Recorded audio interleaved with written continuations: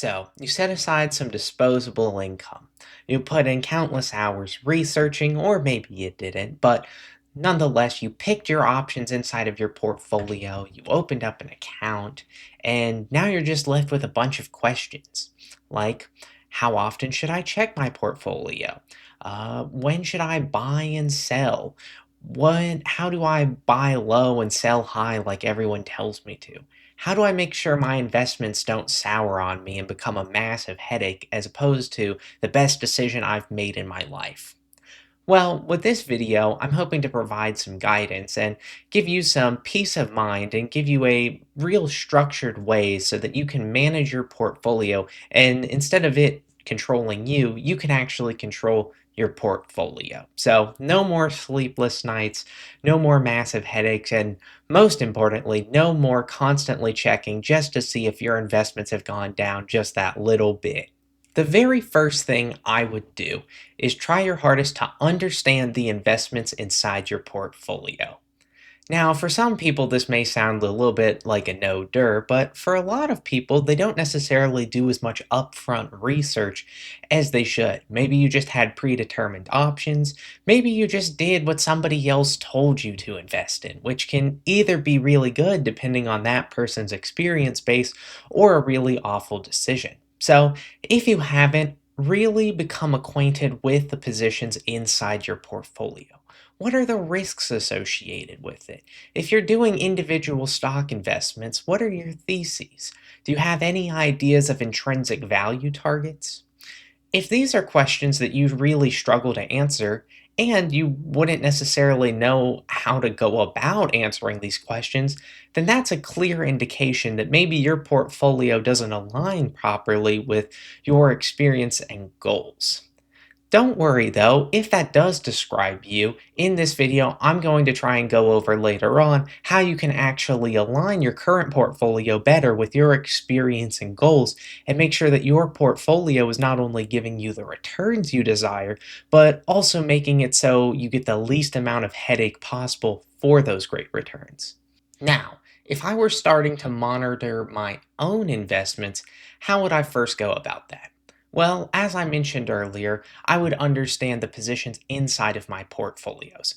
For instance, going over my specific portfolios, I have three portfolios. One, I have a Roth IRA where I like to utilize passive investing primarily through the S&P 500 ETF, Vanguard's VOO ticker symbol. This allows me to do very, very little research, and I can feel fully competent in just putting this portfolio on autopilot. Better yet, since I'm not touching this money for a minimum of 40 plus years, then I really am not incentivized to continually check and freak out and worry about the smallest price changes day to day inside of the market. Next, when we move over to my custodial brokerage account, this one I'm more or less am doing a bit more single stock selection, utilizing an active investing strategy.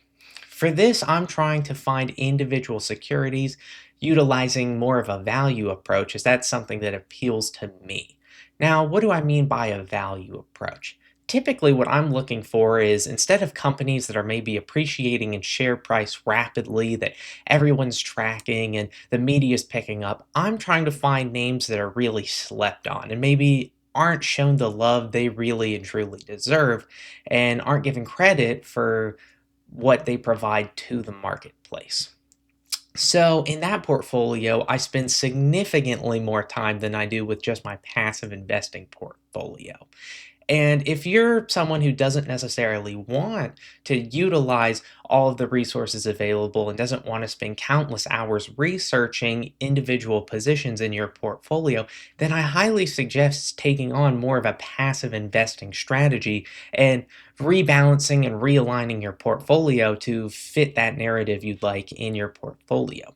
However, if you are someone who truly finds researching investments, building models, trying to come up with intrinsic value targets, and trying to pick individual stocks, if you're someone who's truly passionate about that, then maybe having a portfolio that better aligns with that would be the proper move.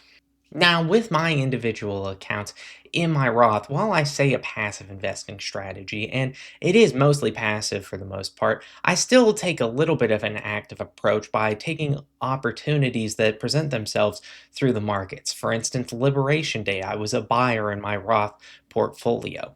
If you want to literally do none of that and don't necessarily want to keep up with it at all and get the least amount of headache, though, there's nothing wrong with utilizing a dollar cost averaging strategy into a broad based ETF or into multiple ETFs that maybe capture some fixed income, some equities, whatever the blend may be. You'll often find that you're actually rewarded, I'd say, higher than active investing when you actually consider how many countless hours you're pouring into on the research end.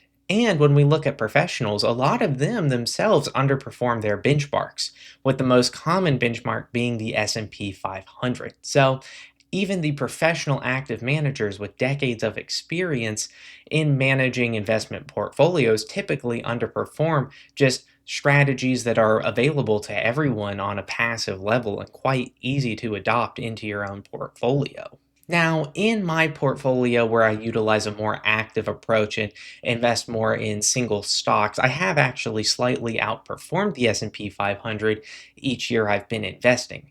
However, I will mention, as I just mentioned, that you take on a significant research load if you're trying to properly invest. You want to draw the line between being a speculator and being an investor. A speculator is someone who just follows crowd hype and tries to just invest in whatever's hot right now, and maybe they don't fully understand the companies they're invested in, or they don't have true fleshed out theses in their portfolio. And these are the people that are really susceptible to what I call non material price moves. Now, we get into this big thing with material information and non material information. A true intelligent investor who understands their portfolio and is taking that on will really only act on material information if it highly impacts their investment thesis or if it provides opportunities.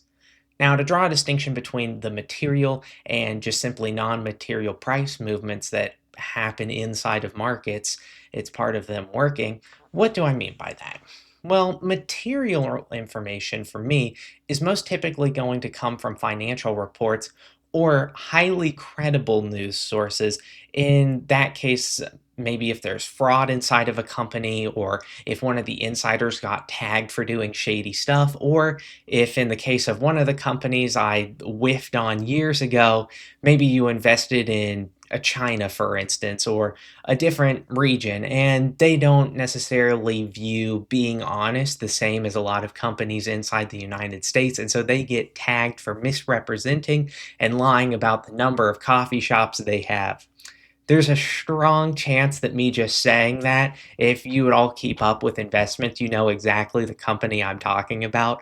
I'm now seeing them move up and get mentioned again. But that's besides the point. The point being that material information is going to be things that truly impact your investment theses. And that's going to more come from the financial reports rather than the news sources that'll just bombard you the second you hop on Yahoo Finance's main page. You know those companies, the one that one day will post an article that's like, this company is the next NVIDIA. It's going to 500% in a year. You should put all of your money in it.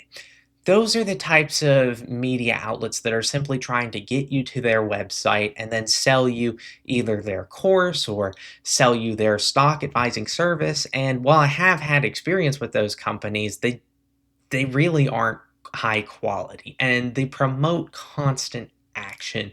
And constant action easily becomes your worst enemy when managing your own portfolio. Now, one of the things that you may start to notice is I'm very research oriented. Again, because I manage a actively managed portfolio alongside a slightly passive portfolio. This is why I've adopted trying to front load a significant amount of my research. What do I mean by that? Well, it's a common practice I see for a lot of novice investors or people who don't really keep up with the space but feel the pressures of needing to invest. and they just don't necessarily do research on the companies they invest in. They hop in and out of the popular companies that everyone's talking about. And when you do that, you leave yourself very, very susceptible again to acting on things that don't require action whatsoever, racking up short term gains. Typically, that's what we see a lot, and giving yourself a massive headache come tax season. This is why, by front loading all of your research to the beginning, coming up with those intrinsic value targets beforehand, understanding if you're buying your company at a good time rather than just overpaying because it's doing very well now and people are talking about it. Those are going to be the little changes you can make at the beginning that'll save yourself significant headache in the future when you're trying to figure out why the company you thought was going to be the next Microsoft is suddenly down 80% in your portfolio. So, front loading your research is going to be an incredible way that you can kind of mitigate some of those risks that pop up from just not being as knowledgeable about a company or the products a company offers, and understanding a better instance of, okay, if this drops, this is why it might potentially drop versus having no idea and just being at the whims of the market. Now, further on in our review stage, as I've mentioned multiple times at this point, inaction is going to typically be your best friend, especially when we're dealing with taxable accounts. If we're dealing with not taxable accounts, then you can frequently trade if you desire. I personally don't recommend frequently trading because most of the people who do frequently trade lose money. Case in point, 5% of day traders actually are profitable. So I advise inaction in a lot of cases. I like trying to find companies that I'm interested in partnering with for the long term, that I think I look way down the future. Okay, what are the companies going to be? They'll be making an impact 10 plus years from now that maybe right now are also making an impact, but the market's sleeping on, but they'll clearly have a position, and I can kind of easily estimate growth for this company. Those are the companies I like looking at. I'm very much of the Warren Buffett, Charlie Munger camp when it comes to my investments. So, when I act inside of my portfolio, typically the only times I'm acting is if new information comes out that completely implodes my thesis. Again, the wonderful value Starbucks competitor you thought is now lying about how many stores they actually have and the revenue they have. That would be something that would completely implode my investment thesis. Or the other reason I will act is if something just becomes so grossly overvalued that it's nowhere near my intrinsic value target. And I say grossly overvalued. Why am I putting emphasis on grossly? Well, for a while early on, I was kind of hampering my gains, if you would call it, because I wanted to stick to this true value investing approach. And if something hit my intrinsic value target or went a little bit over, well, now it's suddenly overvalued. So why would I hold on to it? In reality, I think you have to be highly realistic and honest with yourself about fundamental valuation. It's an incredible tool, and I definitely think it gives you a leg up against people who don't spend any time trying to actually come to a valuation target of intrinsic value for their positions, but it's not the end all be all. It's not perfect. Markets, and this is going to anger some people, markets are not 100% efficient in the short term all the time. I have to say in the short term all the time because I think overall markets are more efficient than they are inefficient. But inside of set markets like small cap or even in large cap, you can find in the short run that markets are not as efficient as you may assume they are. And this is why I say grossly overvalued. Because if a company is checking off all of my qualitative boxes, showing strong growth, showing great leadership, maybe they have monopoly characteristics, then I shouldn't simply cut them out of my portfolio because my DCF model has it 2% overvalued or 5% overvalued. That would be a really bad reason. I mean, there's plenty of instances out there where people have made valuation models and maybe they put a misinput. Maybe they put too much of a conservative growth rate. And so actually, you're still undervalued relative to what a more accurate representation of that company would be. So overall, I don't advise selling unless it is grossly overvalued with your intrinsic value targets. Another very important reason with why inaction is, in most instances, your best case scenario is, again, as I briefly mentioned earlier, you're going to have tax ramifications of frequently trading. For a lot of people, that's not something they necessarily think about. They don't necessarily think about the differences between short term capital gains and long term capital gains. And then additionally, they don't think about how each time they're hopping in and out of positions, they're racking up capital gains. So for me, I like to utilize inaction.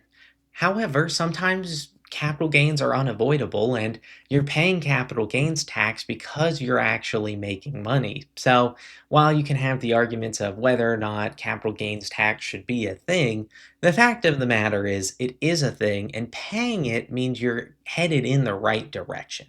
So typically, what I'd like to do is I'll try and find ways to offset this, maybe by taking some losses, maybe by selling some individual lots of some stocks that are underperforming, and then you can kind of offset some of those capital gains. But just understanding the capital gains tax and the difference between long term and short term capital gains tax is a thing is going to not only save you a significant sum of money, but it'll also make you a lot of money because the people who hop in and out of positions frequently aren't partnering with incredible companies for the long term at great prices. The next really important area of managing your portfolio comes with what I call a review process. So I asked at the beginning of this video as a question that a lot of people have, well, how often should I be checking my portfolio? And it's actually a lot less often than you might assume.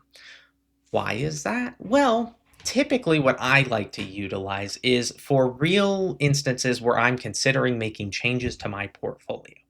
I do like to keep up with the quarterly earnings, but I hardly ever act on them unless the company that I'm invested in has maybe something that the market really doesn't like, and I think there's a significant overreaction, and then I'll add to that position. But typically, I'm not acting on quarterly reports or even annual reports. Why? Well, I think anyone who's ever worked in their life will realize how short of a time frame 3 months can be for a company.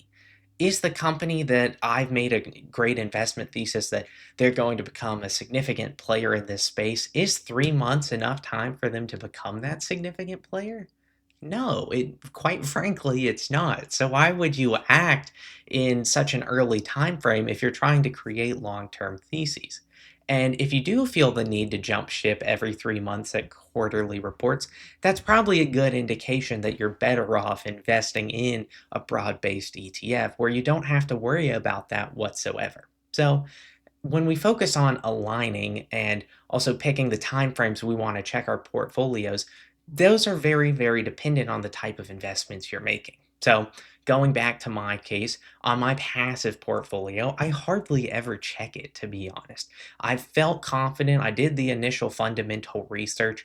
I understand the efficient market hypothesis, and that's what I'm basing my passive investing on. And I've also broken down the stats, even in early videos, of the S&P 500 versus professional managers. I feel fully confident in that case, and so I realistically don't feel the need to check that portfolio whatsoever. It runs on autopilot completely fine. I feel very confident doing dividend reinvestment in it. It's incredible. With my active portfolio, typically what I like to do is every quarter I like to read the earnings report. And again, typically never act on this unless there's information in there that implodes my thesis or there's opportune buying times.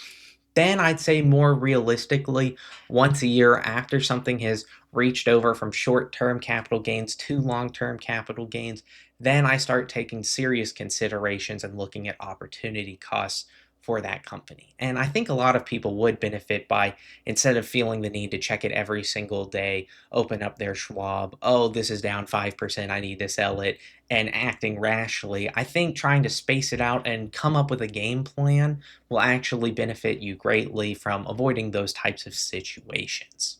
Next, when we go over realigning and rebalancing your portfolio, here's the thing: everybody's circumstances in life change. So, your portfolio is probably going to need to change too at various points in your life. This is why I personally suggest once a year writing down what the purpose of your investment portfolio is. And if you have multiple, write the purpose of each individual investment purpose and really try and come to terms with, am I going to need to touch this money in the near future? If you're going to need to touch the money in the near future, then it makes no sense to have all of your money in speculative single stock selections like microcaps, for instance. That would make no sense because you could need that money to save for a house or maybe pay for a wedding or just whatever the life circumstance is. And suddenly, if your portfolio dives off a cliff, which it very much can with speculative, very volatile positions, then you're kind of SOL, to be honest. So, making sure to realign your portfolio better. Or if you have a specific goal of, let's say, for instance, you want a 50-50 split between stocks and bonds, then if stocks have an incredible year and your bonds, they're bonds, then you could be looking at a 60-40 portfolio. That might be a time to reconsider, okay, do I want to take on the added volatility of a 60-40 portfolio and added risk? When I say risk, I steal from the Warren Buffett camp of the potential to lose money.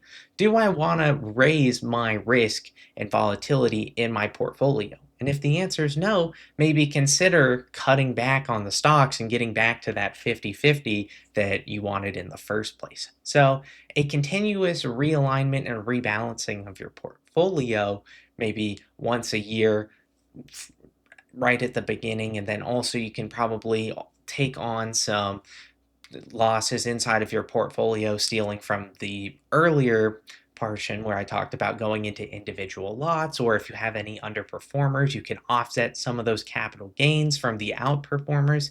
Whatever the instance may be, a rebalancing of your portfolio is going to benefit you greatly from becoming your worst enemy and making something that's supposed to be a incredible decision that you've made for your financial future and for your goals, making that a massive headache and pain point in your life. The last piece of information I will end off today's video on is make a portfolio that allows you to sleep at night. As much as you're going to hear advice from all over the internet and anywhere you read, whatever, and a lot of the advice will boil down to, if you're in this age bracket, you should have this much stocks to bonds, or if you're in this age bracket and have disposable income, you should be putting it into stocks because bonds have underperformed forever. Whatever the case may be, there isn't necessarily a one size fits all because a lot of those things, they don't take into account that people have very, very different life circumstances.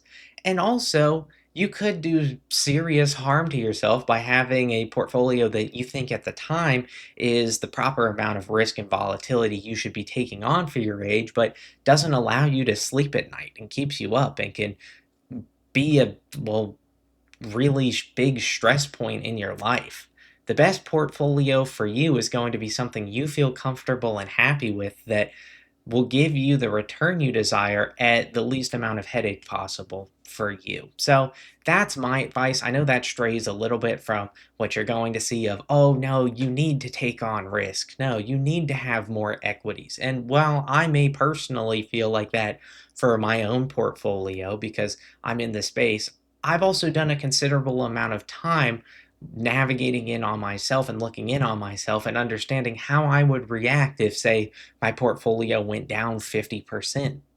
Again, in recent time, we haven't necessarily dealt with an instance like that since 2008, but that's a really realistic thing to happen in your lifetime at some point. And for a lot of people, they wouldn't be able to navigate that. They'd panic sell it immediately, and then they'd make what could have been a potential loss, and they'd make that an actual loss of 50% of their portfolio. So again, pick the portfolio that works best for you. I'd say if you reflect on it and you think you can handle the added stress, then it's definitely to your plus. But if you know deep down you wouldn't be able to handle that and it'd be something that you would be continually worrying about, don't add stress to your life. There's tons of research that indicates significant added stress will decrease your life. And that, my friend, is the pinpoint example of a horrible investment, shrinking your lifespan. So make a portfolio that allows you to sleep at night. Thank you for checking out today's video. I really appreciate your time. I hope I was able to